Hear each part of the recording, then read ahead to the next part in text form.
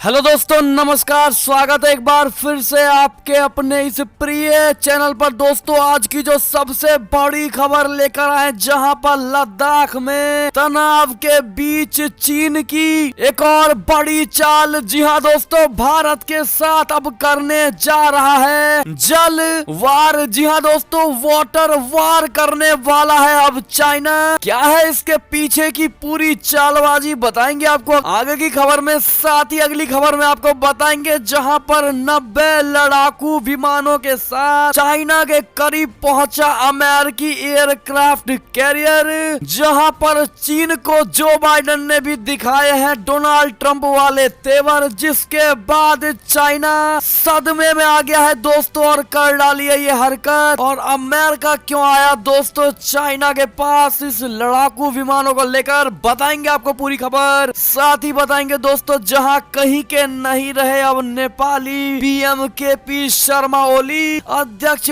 पद छीनने के बाद कम्युनिस्ट पार्टी से भी किया गया इनको बाहर, बताएंगे पूरी खबर। उससे आगे बताएंगे दोस्तों, जहां अब पाकिस्तान को यूएन ने दे दिया है तगड़ा झटका। क्या है इसके पीछे का कारण है, ये भी बताएंगे दोस्तों आपको। साथ ही बताएंगे जहां पर विदेशी ताकतों से क्या डर रहा है चाइना। जी हाँ दोस्तों, समुद्री क्षेत्र में सुरक्षा बलों को दी हथियार इस्तेमाल करने की अनुमति। जी हाँ दोस्तों, बताएंगे पूरी ये सारी खबरें आपको। साथ ही बंगाल चुनाव से भी खबरें बताएंगे दोस्तों आपको, जहां पर मोदी जी और अमित शाह को लेकर बड़ी खबर आ रही है बंगाल चुनाव से। उससे आगे आपको बताएंगे किसान आंदोलन को लेकर अभी के नए अपडेट्स क्या है दोस्तों, तो बने रहिएगा वीडियो के लास्ट तक।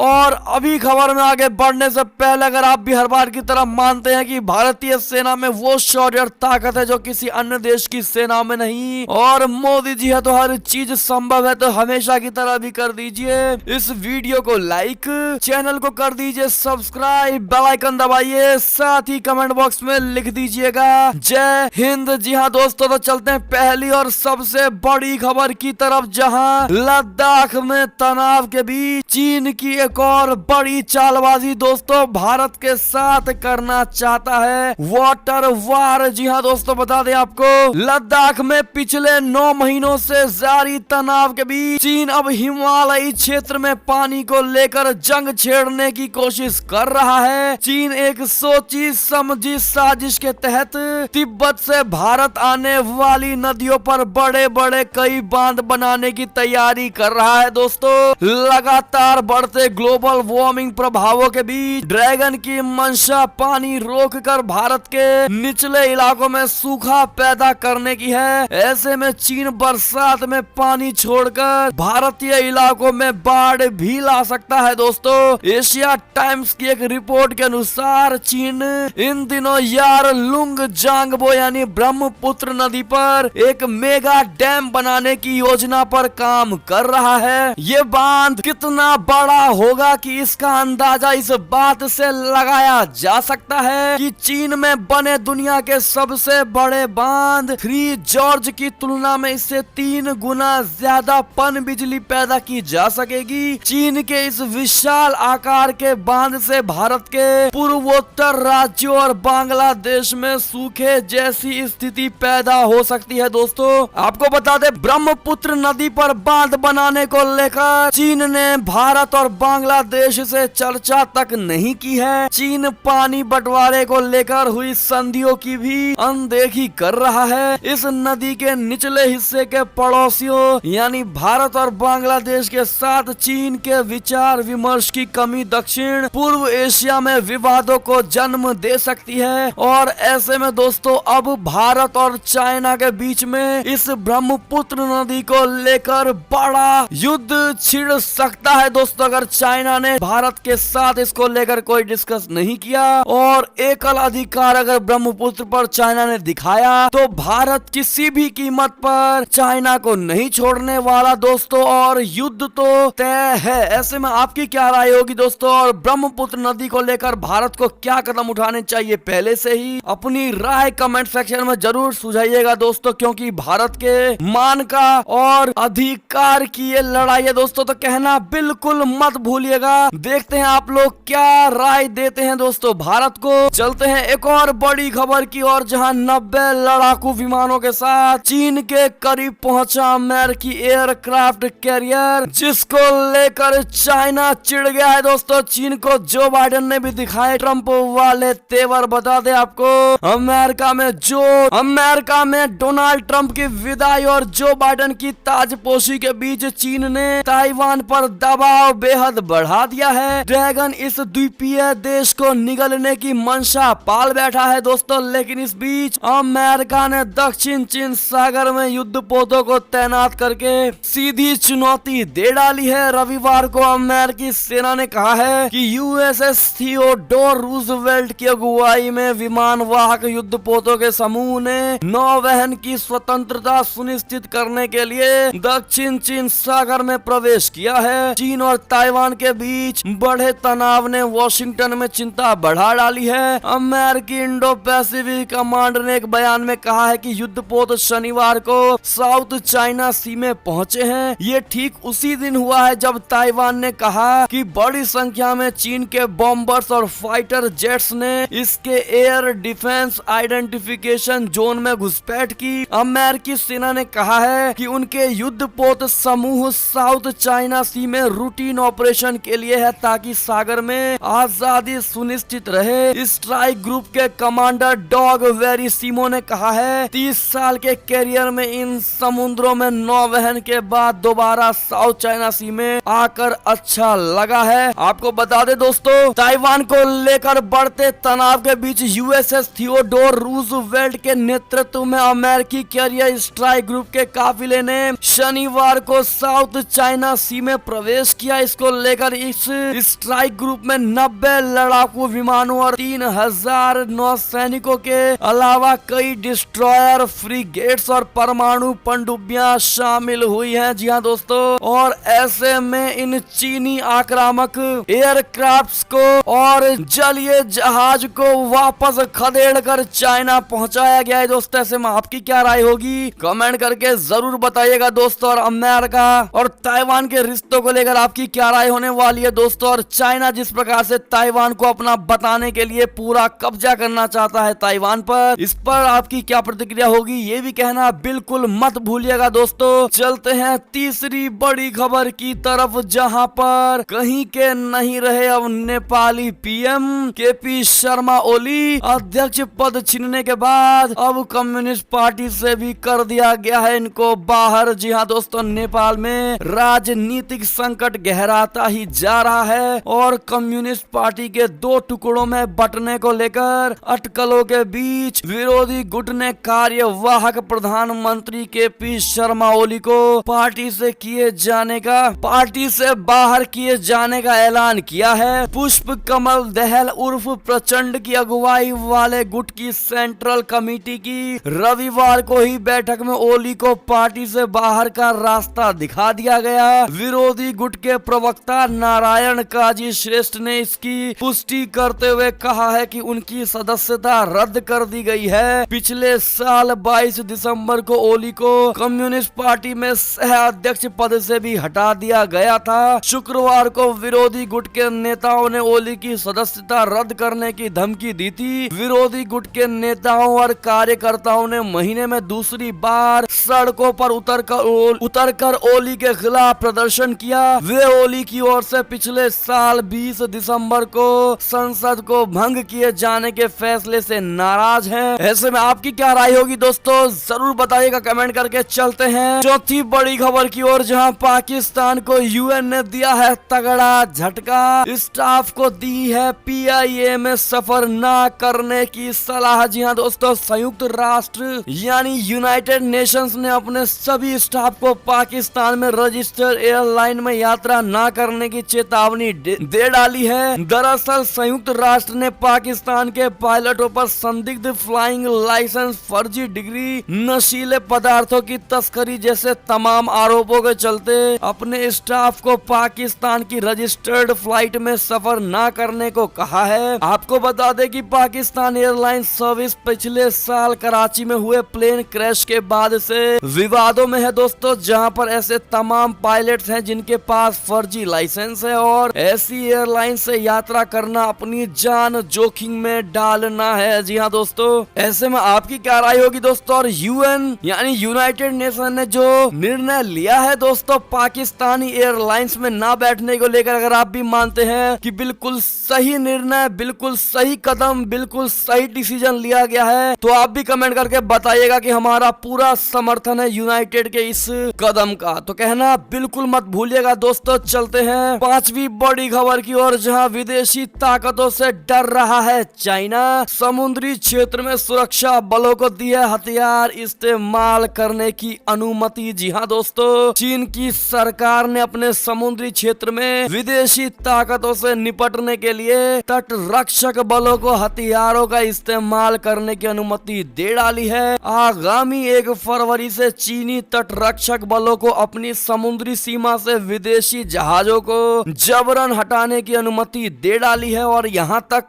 कि उन जहाजों के खिलाफ हथियारों का उपयोग करने को कहा है जो उनकी समुद्री सीमा से पीछे नहीं हटते। चीन ने अपने तट रक्षकों को उनकी समुद्री सीमा में विदेशी संस्थाओं द्वारा जबरन धावा कर उनके द्वीपों पर एक तरफा निर्मित संरचनाओं हटाने के लिए प्राधिकरण को अनुमति दे डाली है। इन नए कानूनों से खासकर जापान के ओकिनावा प्रांत में सेनाकाकु द्वीप समूह में चीन और जापान के बीच तनाव बढ़ सकता है। जी हाँ दोस्तों, चलते हैं एक और खबर की ओर, जहां पर तुर्की से खबर आ रही है। समुद्री लुटेरों ने कार्गो शिप पर किया हमला, जहां एक की हत्या, 15 लोगों को कर लिया गया है किडनैप। जी हाँ दोस्तों, समुद्री डाकुओं ने वेस्ट अफ्रीका के समुद्री तट पर तुर्की के कार्गो शिप पर हमला करके एक नाविक की हत्या कर डाली। इसके अलावा 15 लोगों को किडनैप कर लिया गया है। तुर्की के समुद्री निदेशालय ने ये जानकारी रविवार को दी है दोस्तों। इस पर आपकी क्या प्रतिक्रिया होगी दोस्तों, और किस प्रकार से इनको बचाना चाहिए, अपनी राय सुझाव जरूर दीजिएगा। चलते हैं एक और खबर की तरफ, जहां पर 26 जनवरी को दिल्ली में पावर कट की है बड़ी साजिश।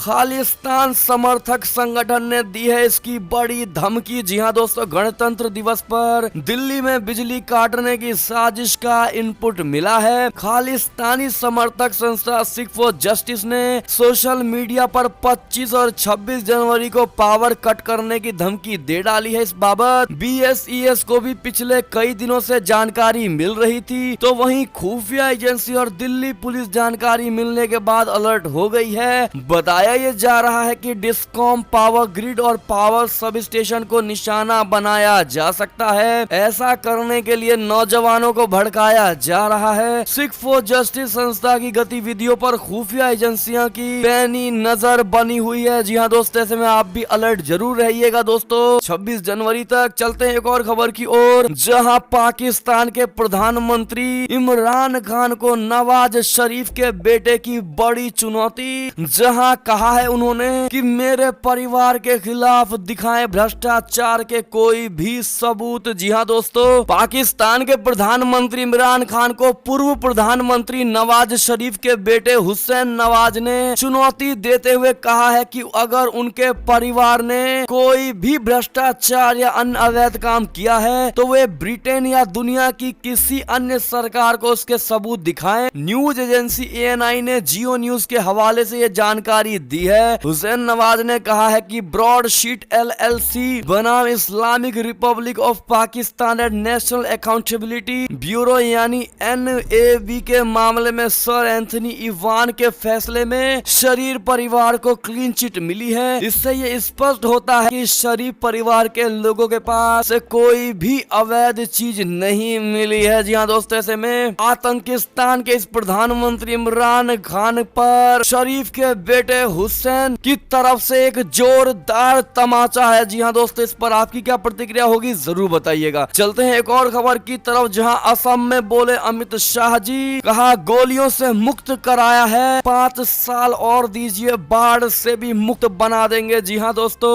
असम में इस साल साल विधानसभा चुनाव होना है। ऐसे में राजनीतिक हलचलें तेज हो गई हैं। इसी कड़ी में केंद्रीय मंत्री अमित शाह राज्य के दौरे पर पहुंचे। रविवार को कोकराझार में उन्होंने विजय संकल्प समावेश रैली को संबोधित किया। इस मौके पर उन्होंने कहा कि बोडो शांति समझौते के साथ प्रधानमंत्री जी ने संदेश दिया कि उत्तर पूर्व में जहां जहां अशांति है वहां बातचीत कीजिए और शांति का मार्ग प्रशस्त कीजिए। कांग्रेस पर निशाना साधते हुए उन्होंने कहा कि पिछले 5 साल में असम में जो विकास हुआ है वो पिछले 70 साल में भी नहीं हुआ। इसके अलावा उन्होंने कहा है कि राज्य में भ्रष्टाचार, घुसपैठ और आतंकवाद मुक्त सरकार केवल भाजपा बना सकती है। उन्होंने आगे कहा है कि भाजपा को 5 साल और दीजिए, हम राज्य को बाढ़ से मुक्त भी बना देंगे। जी हाँ दोस्तों, ऐसे में आपकी क्या राय होने वाली है कमेंट करके जरूर बताइएगा। दोस्तों चलते हैं एक और बड़ी खबर की ओर, जहां पर चीन ने मांगा क्लिनिकल ट्रायल में खर्च का हिस्सा, तो बांग्लादेश ने भारत से मांगा कोरोना का टीका। बता दें, भारत ने दरिया दिली दिखाते हुए अपने पड़ोसी देशों को मुफ्त में कोरोना वैक्सीन की लाखों डोज भेजी, लेकिन एशिया में अपने आप को सबसे बड़ी ताकत समझने वाला चीन अपने सहयोगी देशों से क्लिनिकल ट्रायल में हुए खर्च का हिस्सा मांग रहा था।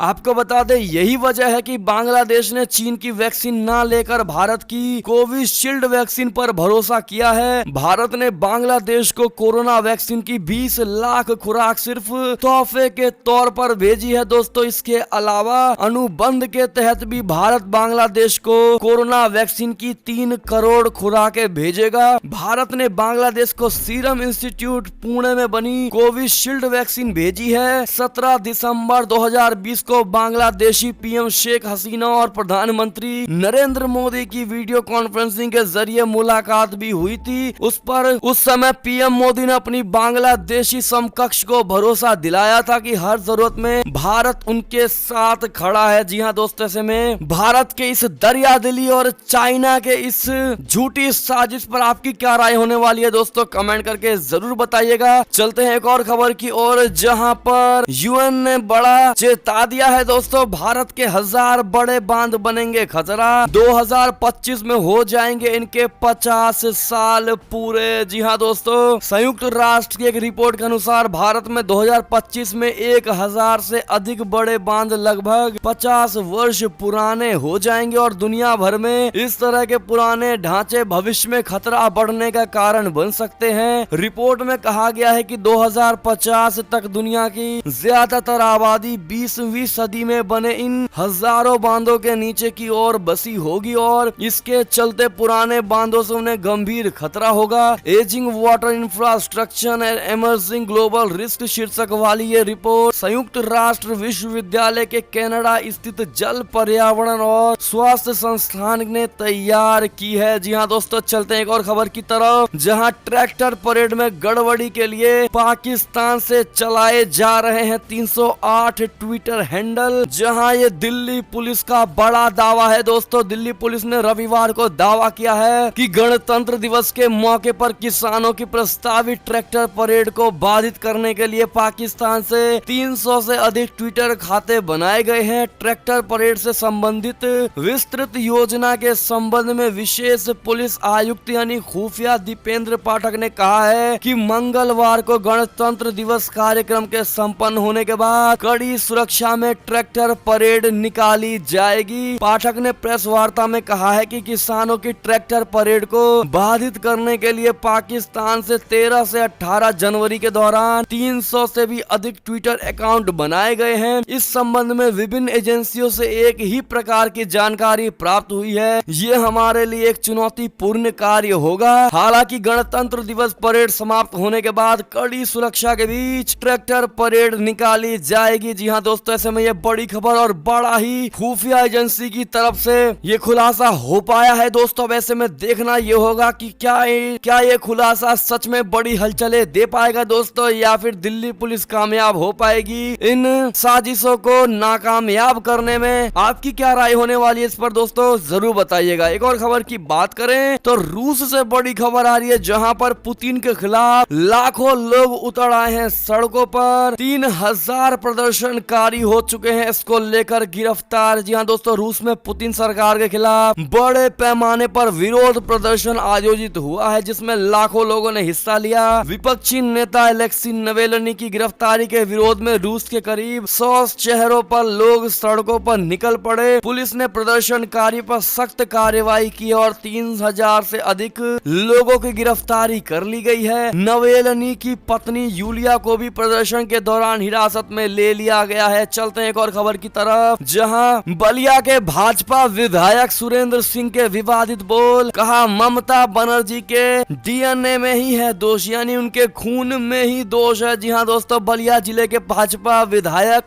सुरेंद्र सिंह ने पश्चिम बंगाल की मुख्यमंत्री ममता बनर्जी के बारे में विवादित बयान देते हुए उन्हें इस्लाम का पोषक बताया है। कहा है कि इस्लाम को मानने वाले लोग तो भगवान राम का विरोध करेंगे ही। दावा किया है कि बंगाल के मुख्यमंत्री ममता बनर्जी के डीएनए में दोष है। उन्होंने कहा है कि प्रधानमंत्री नरेंद्र मोदी अब तक के सबसे बेहतर प्रधानमंत्री है। आपका क्या मानना है दोस्तों प्रधानमंत्री मोदी जी को लेकर? क्या आप भी विधायक सुरेंद्र सिंह की बात का समर्थन करते हैं दोस्तों? कमेंट करके कारण के साथ बताइएगा। चलते हैं एक और बड़ी खबर की तरफ, जहां पर चीन में सोने की खदान में फंसे हैं 22 में से 11 मजदूरों को बाहर निकाल लिया गया है। दोस्तों, चीन के पूर्वी शांगदोंग प्रांत में सोने की खदान में 2 हफ्ते पहले हुए विस्फोट के बाद से उसमें फंसे मजदूरों में से 11 लोगों को सुरक्षित बाहर निकाल लिया गया है। सरकारी मीडिया में रविवार को आई खबर के अनुसार शांगदोंग प्रांत के चिशिया शहर में स्थित सोने के खदान में 10 जनवरी से फंसे 22 खनिकों को सुरक्षित निकालने के लिए प्रशासन जी तोड़ कोशिश कर रहा है। खदान में 10 जनवरी को विस्फोट होने के बाद उससे बाहर निकलने का रास्ता ही बंद हो गया था। चलते हैं एक और खबर की तरफ, जहां इंदौर में पकड़े गए हैं ड्रग्स के 3 सौदागर। मुंबई बम धमाकों व गुलशन कुमार हत्याकांड के दोषी भी शामिल। जी हां दोस्तों, मध्य प्रदेश पुलिस ने ड्रग्स की खरीद फरोख्त के आरोप में 3 लोगों को इंदौर में गिरफ्तार किया है। इनमें वर्ष 1993 में मुंबई में हुए सिलसिलेवार बम धमाकों का एक दोषी और टी सीरीज के संस्थापक गुलशन कुमार के हत्याकांड में बरी होने वाला एक व्यक्ति भी शामिल है, जिसकी जानकारी मध्य प्रदेश पुलिस ने दी है। दोस्तों, ऐसे पे आपकी क्या राय होगी जरूर बताइएगा। चलते हैं एक और खबर की ओर, जहां व्हाट्सएप पर यूरोप में 5 करोड़ यूरो का जुर्माना लगाने की तैयारी। निजता के उल्लंघन का है आरोप। जी हां दोस्तों, मैसेजिंग ऐप व्हाट्सएप पर यूरोपियन यूनियन यानी EU 5 करोड़ यूरो का जुर्माना लगाने वाला है। वेबसाइट politico.eu ने इस मामले की प्रत्यक्ष जानकारी रखने वाले 3 सूत्रों के हवाले से यह खबर छापी है। ये जुर्माना EU के डेटा संरक्षण नियमों का उल्लंघन करने के लिए लगाया जाएगा। जी हां दोस्तों, चलते हैं एक और बड़ी खबर की ओर, जहां किसान आंदोलन पर बोले केंद्रीय कृषि मंत्री। कहा कोई अदृश्य ताकत है जो समाधान नहीं होने दे रही है। जी हां दोस्तों, कृषि मंत्री नरेंद्र सिंह तोमर ने कहा है कि उन्हें दुख है कि किसान सिर्फ कृषि कानूनों को रद्द करने की मांग करते हैं, जबकि इसके फायदों पर चर्चा भी नहीं करते हैं। आज तक के साथ विशेष बातचीत में नरेंद्र सिंह तोमर ने कहा है कि कोई अदृश्य ताकत है जो चाहती है कि ये मसला हल नहीं हो। जब कृषि मंत्री से उन ताकतों का नाम पूछा गया तो उन्होंने स्पष्ट रूप से कुछ नहीं कहा। नरेंद्र सिंह तोमर ने कहा है कि बातचीत के अगले ही दिन किसानों का सुर बदल जाता है। जी हाँ दोस्तों, ऐसे में आपकी क्या राय होगी दोस्तों? नरेंद्र सिंह तोमर की बात का आप समर्थन करते हैं या फिर काउंटर करते हैं? दोस्तों, जो भी कारण है कमेंट करके जरूर बताइएगा। चलते हैं एक और खबर की ओर, जहां पर कृषि कानूनों के खिलाफ सिंगू बॉर्डर पर जमे प्रदर्शनकारी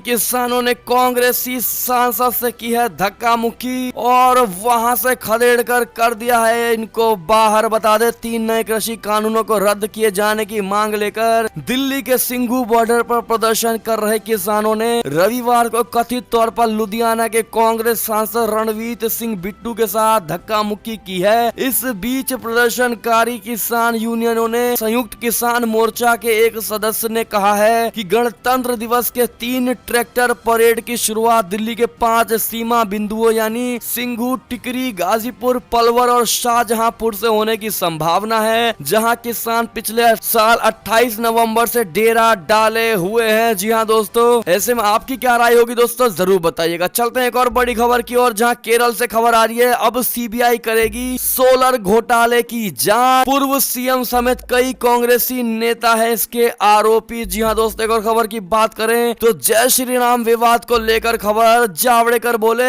6 दिसंबर 1992 को ऐतिहासिक गलती दुरुस्त की गई है। जी हां दोस्तों, कोलकाता में जय श्री राम के नारों के बीच तृणमूल कांग्रेस नेता ममता बनर्जी द्वारा भाषण नहीं देने को लेकर सियासी बवाल गहराता जा रहा है। भाजपा नेताओं व मंत्री ममता को रविवार को दिन भर ममता बनर्जी पर निशाना साधते रहे। केंद्रीय मंत्री व वरिष्ठ भाजपा नेता प्रकाश जावड़ेकर ने रविवार को कहा है कि बाबर जैसे विदेशी आक्रांता जब भारत आए तो उन्होंने राम मंदिर को नष्ट करने का क्यों सोचा। वे जानते थे कि इस देश की आत्मा राम मंदिर में बसती है। 6 दिसंबर 1992 को एक ऐतिहासिक गलती को दुरुस्त किया गया है। जी हाँ दोस्तों, ऐसे में एक और खबर की बात करें तो किसानों के कई और समूह पंजाब से दिल्ली हुए रवाना। हरियाणा की खापों ने भी कसी है कमर, पुलिस ने कर लिया है इसको लेकर पूरा प्लान। जी हाँ दोस्तों, पंजाब के किसानों के कई और समूह 26 जनवरी को होने वाली ट्रैक्टर परेड में हिस्सा लेने के लिए रविवार को दिल्ली रवाना हो गए हैं। इस बीच हरियाणा के विभिन्न खापों ने भी परेड में हिस्सा लेने के लिए कमर कस ली है। जी हाँ दोस्तों, ऐसे में ये थी अब तक की सारी बड़ी खबरें। आपको हमारी खबरें कैसी लगी दोस्तों? आशा करता हूँ बेहद अच्छी लगी होगी। अगर जरा भी अच्छी लगी है तो इस वीडियो को हमेशा की तरह अपने भाई बंधुओं में व्हाट्सएप, फेसबुक, ट्विटर के जरिए पूरे भारत में शेयर करना बिल्कुल